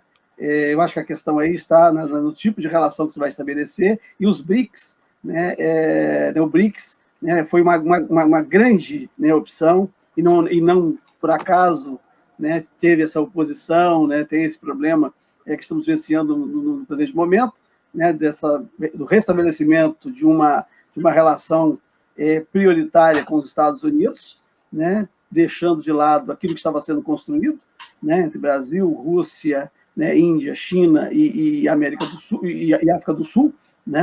Mas nós não temos como fugir disso, né, da questão dos investimentos, né? A economia foi globalizada, né? As trocas hoje elas permeiam a integralidade do planeta, né? E basta que a gente veja o que aconteceu aí outro dia, né, com o encalhe de um navio, né, no canal de Suez, né? A crise que gerou, né, no transporte internacional de mercadorias, né? Então, hoje, né, não poucos produtos são construídos em partes em lugares diferentes do mundo, né? E isso decorre, por vezes, desses investimentos, né? Então, é um modelo, né, que a gente tem, né, né, não construímos, né, a Internacional dos Trabalhadores, mas tivemos, né, a Internacional do Capital, né? E ele se pulverizou, né, ou se estendeu seus tentáculos por todo o planeta. Eu não sei se os militares, falando dos militares com o Bolsonaro, se eles estariam dispostos a dar, né, os seus pescoços pelo presidente Bolsonaro, né? Claro, isso é um pacto, né, de conveniência, né? Isso pode durar, né, o tempo, né, em que eles puderem estar, né, se alocando nos espaços que desejam, né? Mas se efetivamente a corda ruir, né, eles não ficarão no barco quando estiver afundando, né?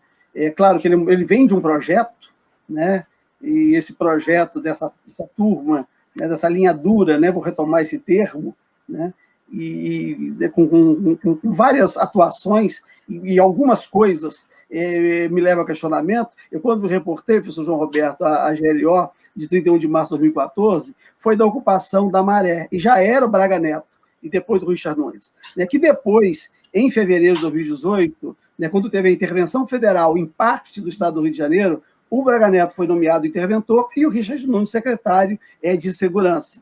Mas a Assembleia Legislativa não o reconheceu como o segundo governador, que, na verdade, era o papel dele como interventor, né? E nenhum projeto dele foi encaminhado e recepcionado da Assembleia Legislativa, né, como sendo de governador, né?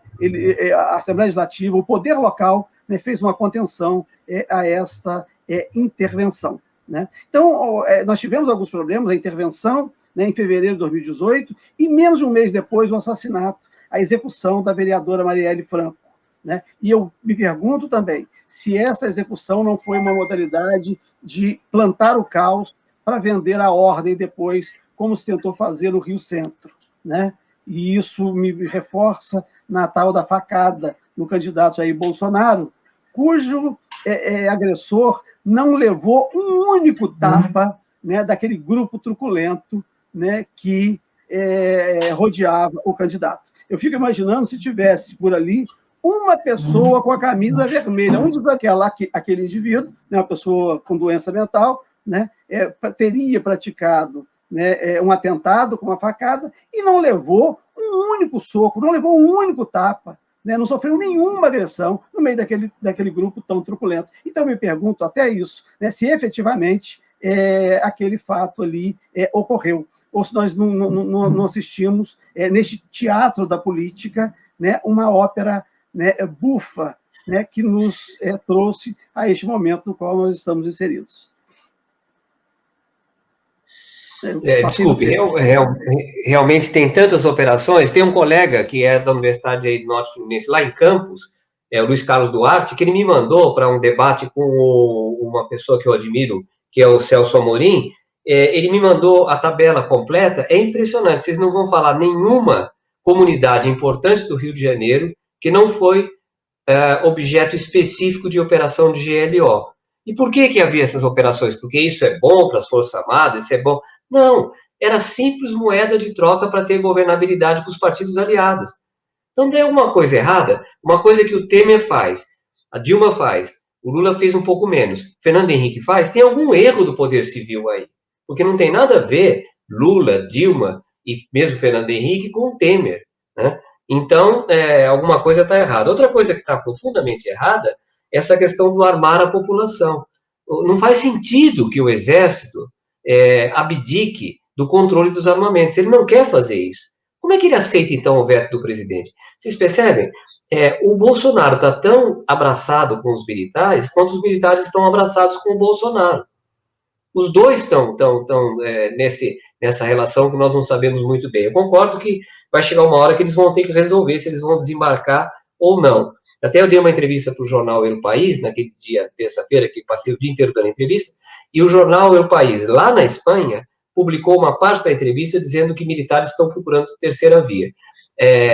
Isso foi uma parte da minha entrevista, não era o fundamental.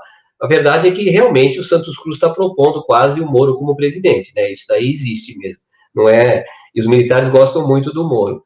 Agora, a grande questão, que não sei se nós vamos conseguir enfrentar aqui, professora Beatriz, é que como nós vamos arrumar a casa, né? Essa questão daria um debate por si, porque ela é uma questão muito complexa, não é? Como eu disse, tem que ter uma política, né? Não existe possibilidade de discutir defesa nacional enquanto os militares não voltarem para os quartéis. Porque a gente sempre fala, a defesa nacional subsume a política militar. Mas onde os militares estão participando do poder, com quem que nós vamos discutir política de defesa nacional? Tem que discutir com os militares. Mas como? Se eles estão ocupando uma função ilegítima, não é? Muito bem. Até onde vão os militares, eu concordo com o Damasceno. Quer dizer, eles vão até onde eles acharem que devem ir. Se for para o Lula ganhar a eleição, eles ficam com o Bolsonaro, tá? E entre Lula e Bolsonaro não tem nenhuma alternativa ainda com chance de vitória eleitoral. Bom, o conceito de partido militar, eu nunca usei esse conceito. Ele funciona se houver mais união do que desunião entre as Forças Armadas. Mesmo no regime militar, havia muitas divisões, mas a união básica era não permitir a volta do regime civil. Então, dentro dessa união que se faziam as divisões. Agora, o coronel Marcelo Pimentel, que participou e tem se destacado muito, ele tem falado muito, ele é profundamente crítico da entrada dos militares na política. Ele até fala que a geração dele não teria feito isso, a geração dos anos 80. Muito bem, mas então ele usa o termo partido militar. Mas esse termo tem problemas, porque quem criou essa ideia de partido militar foi o Oliveiros Ferreira. Mas há uma outra ideia que eu trabalhei com ela no meu doutorado, que é a do Alain Rouquier. O Alain Rouquier fala em partidos militares. Várias facções dentro das Forças Armadas. E eu só vou adiantar isso e termino aqui.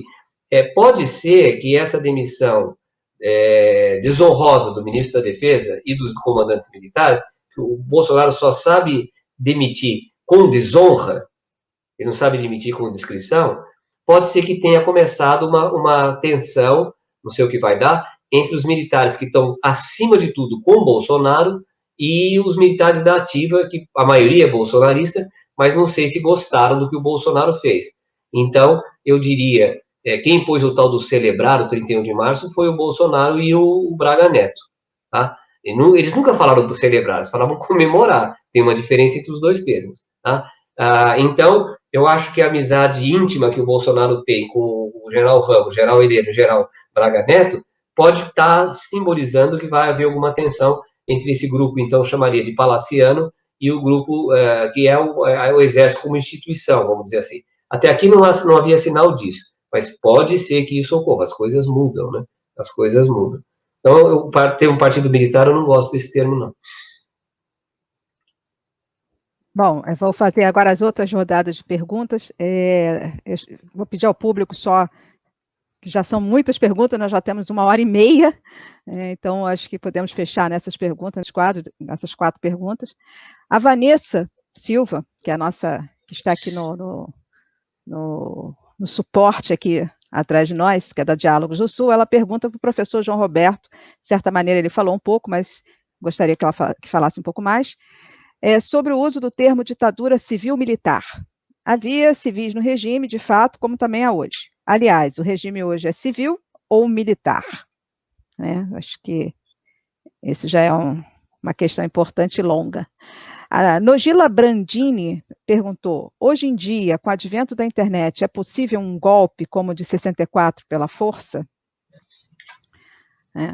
E o Wanderson de Castro, essa é uma pergunta até longa, ela vem em partes, ao professor João Roberto Martins. Se concorda com o uso do termo revanchismo com relação ao medo dos militares em se fazer justiça durante a transição de governo para civis? Pois com medo do dito revanchismo, não se fez justiça alguma pelo que ocorreu no período ditatorial. E a pergunta do Fernando Almeida, que é professor da UF, caros expositores, desde o golpe de 2016, vem sendo citados e discutidos os conceitos de pós-democracia e Estado pós-democrático. Em que medida a sociedade brasileira poderia reagir a esta situação e qual a expectativa de uma reversão, sendo esta configuração perigosa para todos nós? E encerramos as perguntas aqui a vocês e depois fazemos as considerações. De novo, pediria ao professor João Batista que começasse. Pois é, quanto das 4 perguntas, duas são exclusivas para mim, as 4 são do professor João Roberto. Eu vou me ater às 2, que me parece me dizem respeito. A questão da internet, se é possível um golpe como o de 64. Independentemente da internet ou não, a realidade é outra. A conjuntura é outra, os interesses são outros, a sociedade é outra. Então, nós já não teríamos algo daquela natureza. Toda a configuração, todo o arcabouço político, jurídico, militar, ele é diferente hoje. A internet é apenas um instrumento. Nós não podemos imaginar que isso seja algo que mude tanto as relações. Se não fosse esse momento de pandemia, nós talvez estivéssemos reunidos presencialmente, fazendo transmissão por outra via, ou até pela internet. Mas estamos utilizando este meio de vídeo, nos reunindo por meio da internet, e isso não altera a possibilidade de reunião e a nossa interlocução. Então, a internet é apenas um meio. Então, eu acho que não é a internet que altera, é a realidade que se alterou, as relações se alteraram, os interesses se imbricaram de forma diferente e que, portanto, não possibilitam aquele mesmo tipo de atuação. Quanto à questão da pós-democracia, quem escreveu o livro sobre pós-democracia e o Estado pós-democrático é um colega meu também da Associação Juiz para a Democracia. Aliás, o termo não é dele, mas ele escreveu o livro com esse título, que é meu colega Rubens Casara. Eu tenho uma outra visão disso. É claro que ele tem uma visão de pós-modernidade, nós vivemos um momento de pós-modernidade, a racionalidade que nós esperamos de uma ordem jurídica ou do Estado de Direito já não existe mais, nós vivemos um outro momento, e na pós-modernidade tudo é fluido, né? Nada é definível, nada está definido, né? Os conceitos eles já não subsistem, né? Eu acho que não, né? Eu acho que nós temos uma crise, sim, né, do modelo democrático, né? Temos uma crise do capital, né? Tivemos aí a inovação tecnológica, né, que excluiu parcela significativa da sociedade, da própria capacidade de ter a mão de obra explorada, e isso é um problema, né? Nós temos uma parcela da sociedade que sequer, né, ser explorada pode, né? Não são mais um exército, né, de mão de obra de reserva, né? São párias na sociedade, né? E aí essa parcela se tem destinado a uma política de eliminação física, né, que é o que se faz, né, na periferia, que é o que se faz, né, na Baixada Fluminense, é o que se faz nas favelas, né? Mas eu acho que, apesar de todo esse novo cenário, né, dessa nova conjuntura, né, dessas relações de produção, nós não estamos vivendo um momento de pós-democracia, nem de um Estado pós-democrático. Nós estamos vivendo uma crise, né, de um modelo, né, e nós vamos ter que encontrar, né, saída, né, para essa crise e construção de um novo modelo. Pois não. Muito obrigado. Olha, eu queria agradecer muito a participação sua, professor, porque realmente eu geralmente debato só com pessoas que também entendem do mesmo assunto que eu, mas eu aproveitei muito das suas considerações, principalmente essa questão fundamental do artigo 102. A gente não vê isso daí citado, e é uma coisa fundamental, a gente intui, mas o artigo ali nos ajuda muito. Com relação, então, eu diria, quer dizer, só repetindo, que os militares não aceitam é que há um poder acima deles, que é o poder de guardião da Constituição. Eles não aceitam isso, né? Para eles, são eles que são os guardiões da Constituição, né? Por falar nisso, eu tive um debate assim, que foi lastimável, eu e um professor alemão, promovido pela Embaixada da Alemanha, com um dos mais radicais desses generais, que foi o general Rocha Paiva. E eu procurei, para não depois me expor a um ataque virulento dos bolsonaristas, tudo que eu contra-argumentava com o general Rocha Paiva, eu usava citações de generais também, esses que saíram do governo, que alguns deles falam que não é possível pensar em poder moderador, não é? Mas o que acontece? Nós fizemos um tremendo erro. Debater com a direita tem que ser uma coisa muito bem articulada. Eu servi de boi de piranha, as pessoas vão ter que aprender depois do que eu passei. Ele estava sendo assessorado por várias pessoas, e eu fui sozinho para o debate. Então, chegou um ponto do debate, já no finzinho, que ele estava perdendo. Aí, de repente, ele pediu a palavra, encerrou o debate, colocando uma série de absurdos que ninguém tinha discutido até aí, fechou, e passou depois o irmão dele a divulgar o debate com o seguinte termo, com os seguintes termos. Vejam aqui como o general Rocha Paiva se deu bem e sobre 2 professores. A coisa esquenta no final. Sabe quantas pessoas assistiram esse debate, onde eu me arrebentei diante do general? 260 mil pessoas assistiram. 90% com certeza eram militares. Não é? Então a gente tem que tomar muito cuidado. Eles não debatem, eles se impõem. Não é? Então precisa pensar até se vale a pena participar. Bom, terminando então, e já agradecendo muito, eu diria que revanchismo é a visão que os militares têm sobre a justiça de transição. Não foi revanchismo, foi construir a versão oficial do Estado brasileiro, e eu não estou entre aqueles que criticam a Comissão Nacional da Verdade, acho que a gente faz o que a gente pode, foi já um grande avanço. Hoje em dia, quando o governo usa, sabe, a gente não age no vazio, né?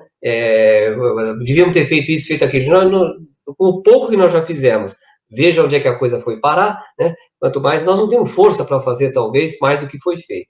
Mas quando o golpe foi comemorado pela primeira vez em 2019, a própria Rede Globo disse, foi um golpe segundo as conclusões da Comissão Nacional da Verdade. Então passou a ser a versão oficial. Eu acho que isso é um avanço tremendo, né? Passou a ser a versão do Estado brasileiro que a imprensa usa quando... Né?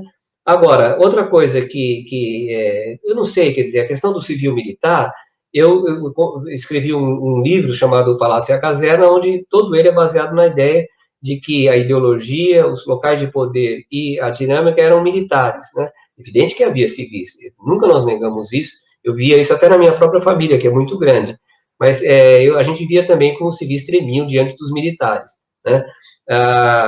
De qualquer modo, eu acho que esse tema também daria um outro debate inteiro, e também concordo com o que o professor João Damasceno falou sobre o golpe. Eu acho que não é mais isso que está... Eles não queriam isso. Na verdade, eles queriam ter subido ao poder com o Bolsonaro e não ter aparecido.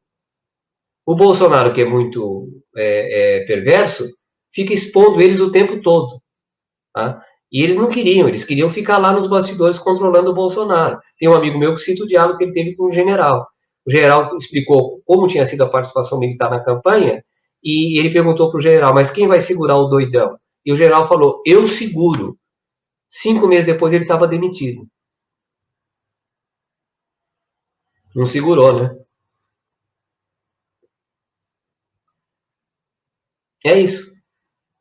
End of story, como diz o pessoal de língua inglesa.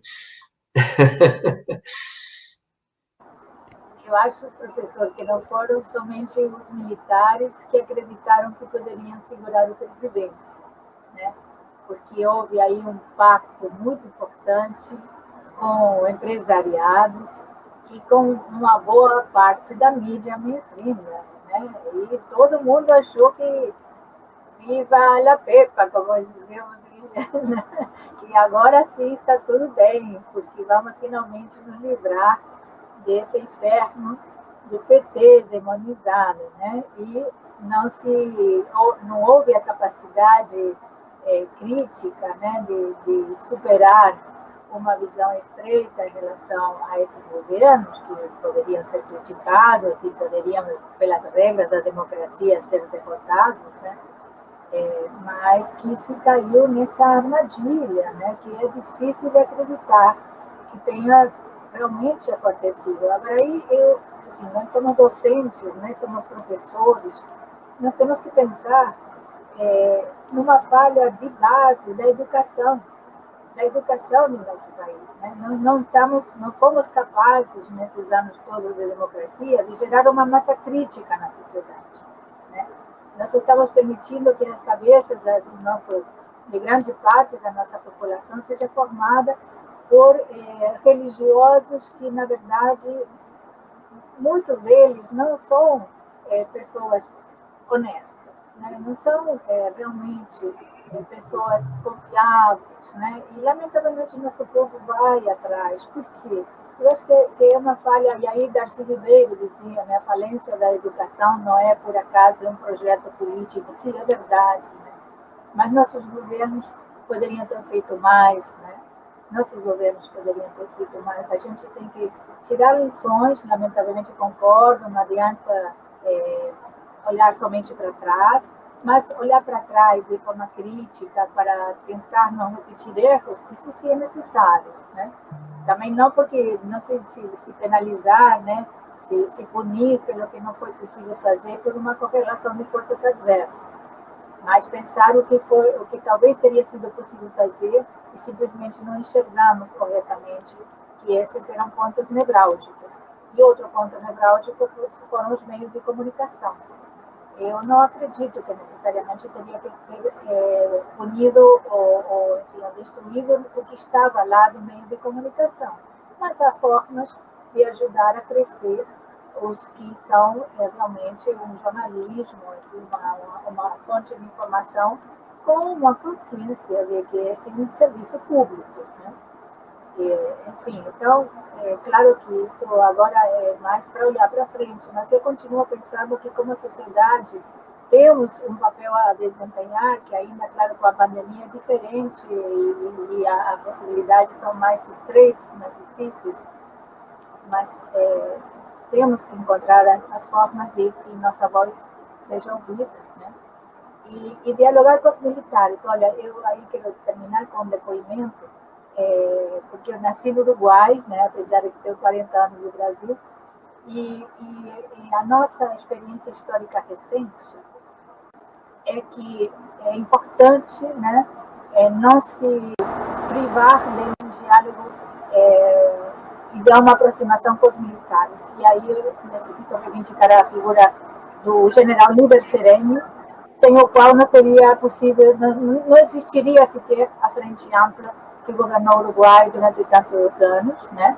Porque ele foi o presidente da Frente Ampla antes da ditadura, durante a ditadura, preso, ele continuou sendo a referência, e depois da ditadura, quando ele saiu da prisão, ele conduziu a Frente Ampla, inclusive, a uma primeira vitória quando se ganhou a prefeitura de Montevideo e depois a presidência, né?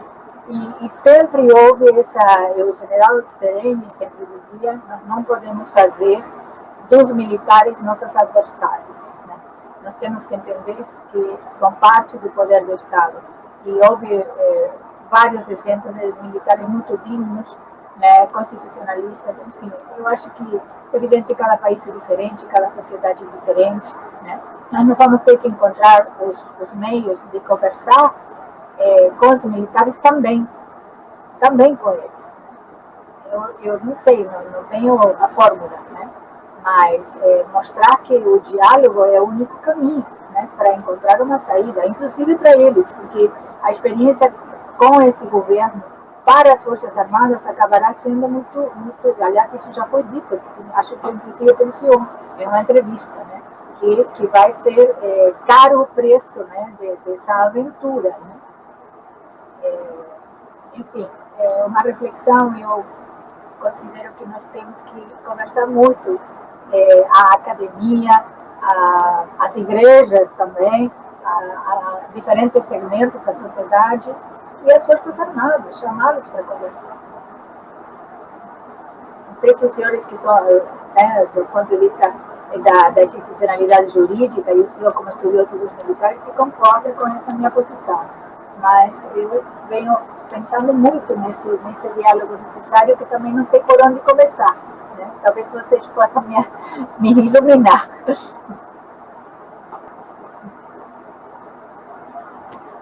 Eu acho que podia agora o Paulo fazer.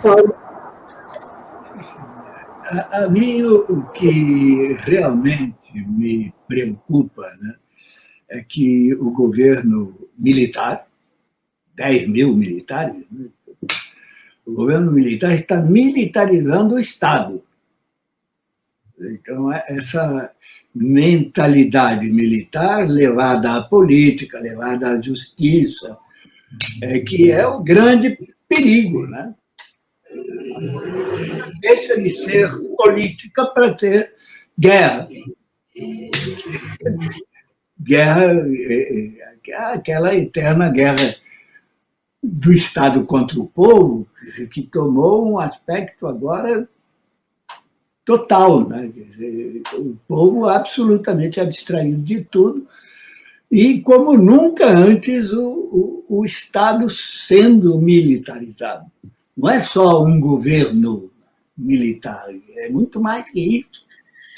E outra coisa que também me preocupa, né, são irreversíveis, a irreversibilidade. É possível a gente recuperar a Petrobras, por exemplo? Como, do meu ponto de vista, esse governo é ilegítimo, então todos os atos dele seriam possíveis de reversão. E porque a gente não vai... Eles estão destruindo o país. Quer dizer, para fechar as contas do governo, eles vendem o que não lhes pertence. Acabam de vender 22 aeroportos por 6, para botar em caixa 6 bilhões de reais, que evapora, né? Não dá nem para pagar parte dos juros da dívida. 6 bilhões desaparecem.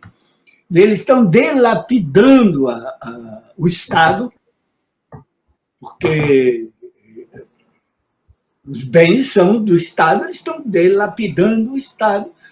E como que a gente para isso judicialmente, militarmente? Como que a gente vai voltar a ser um país soberano? Eu estou muito cético e muito preocupado com isso. Bom, acho que podia fechar agora o Paulo, a Beatriz, eu só vou dar um recado, e a gente, porque já tem 1h e 45 minutos, O tempo voa, Pois é. esse é um dos problemas da internet, o tempo voa, né? Então, eu acho que o Paulo pode fechar aqui nossa conversa, eu só vou passar as informações. Eu acho que coloquei aquilo que vi.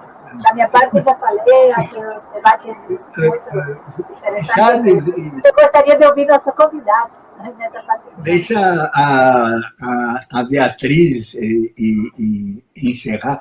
Eu gostaria de ouvir ainda os professores sobre essa minha colocação, porque eu estou realmente muito pessimista, muito preocupado com essa militarização do Estado, né?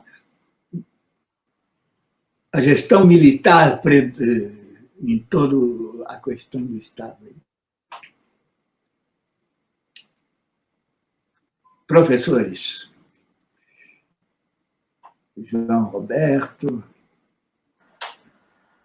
João Roberto, você quer responder ao Paulo? Eu só queria fazer uma observação.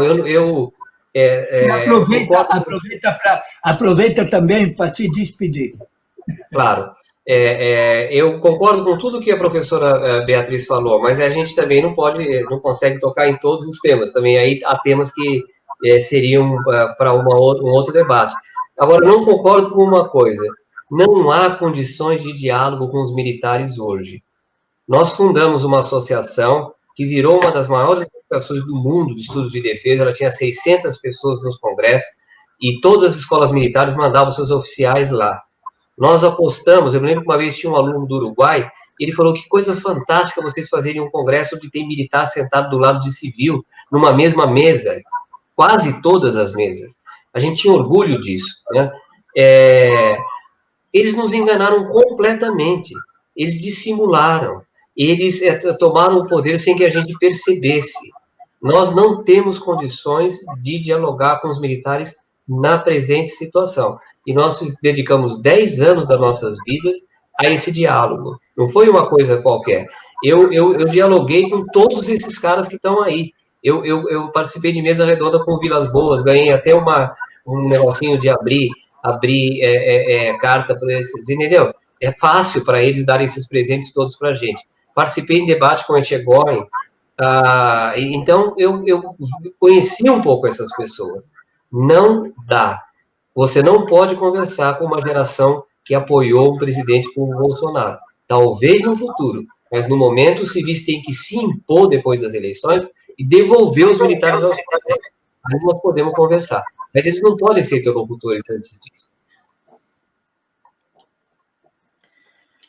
Paulo, eu concordo plenamente com o professor, né, Paulo Roberto, né, e aí volto ao Paulo Mercadante, né, quando ele dizia que os militares conversam entre si e nos enganam, né, eles não falam, né, com a gente o que eles falam entre si, nós nunca sabemos o que eles pensam e o que eles fazem, o que eles pretendem, né, porque eles vivem a arte da dissimulação, né, mas a sociedade brasileira, Paulo, é muito viva, né, e eu vou trazer aqui o final do Triste Fim de Policarpo Quaresma, né, do Lima Barreto, em que ele zomba da própria prisão, né?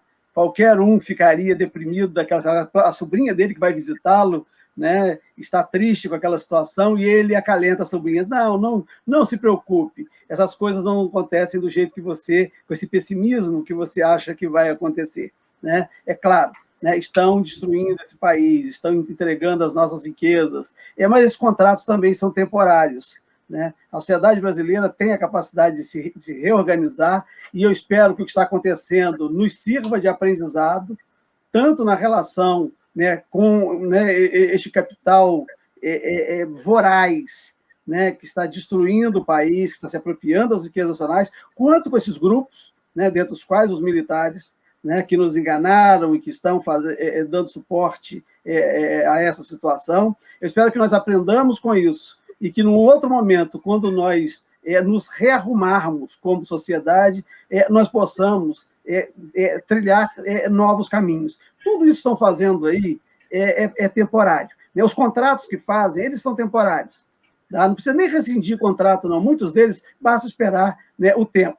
Né? Ou se o sujeito está lá explorando um pequeno poço, não tem problema, não dê um segundo poço, né, de petróleo para ele explorar. né? Se ele está ocupando uma terra indígena, ele não vai, o que ele explorou não vai ter como trazer de volta, mas ele não poderá explorar, né, além do que já terá explorado. Eu acho que nós temos a capacidade, teremos a capacidade de nos reorganizarmos, né, e de ganharmos novos caminhos, né, depois que essa tempestade passar. Né? E me despeço, né, de todos que nos assistem, agradeço o convite, né, da professora Jaqueline, né, você, Paulo, né, da professora Beatriz, e foi um prazer muito grande, professor João Roberto, né, ter essa interlocução com o senhor, né, e eu admiro muito, né, as pessoas que estudam temas com profundidade que o senhor estuda, né, e eu, né, quando, né, vi o seu livro sobre os encouraçados, 1895, 1910, esse foi um tema, né, que a construção dos encouraçados, né, aquela organização dos marinheiros, que acho que é a única no Brasil,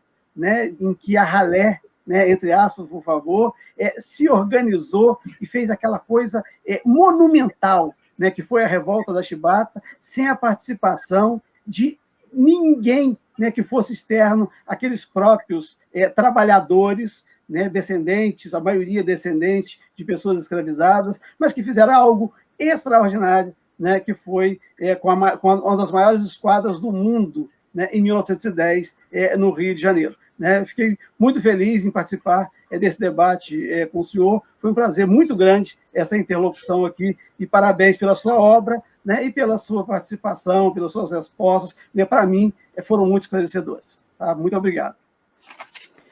Eu queria agradecer muito também, fazer uma observação, antes de fazer uns agradecimentos aqui que eu queria fazer.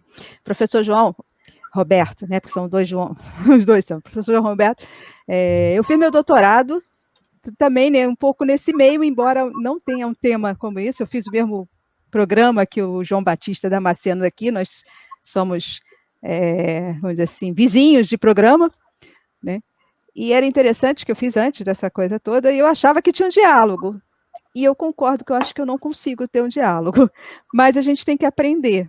Eu ando muito pelas redes sociais, e é interessante como a gente conversa muito, e eu vejo algumas pessoas, e eu conheço, por exemplo, tem um autor que está trabalhando muito com a linguagem do bolsonarismo, que é o João César.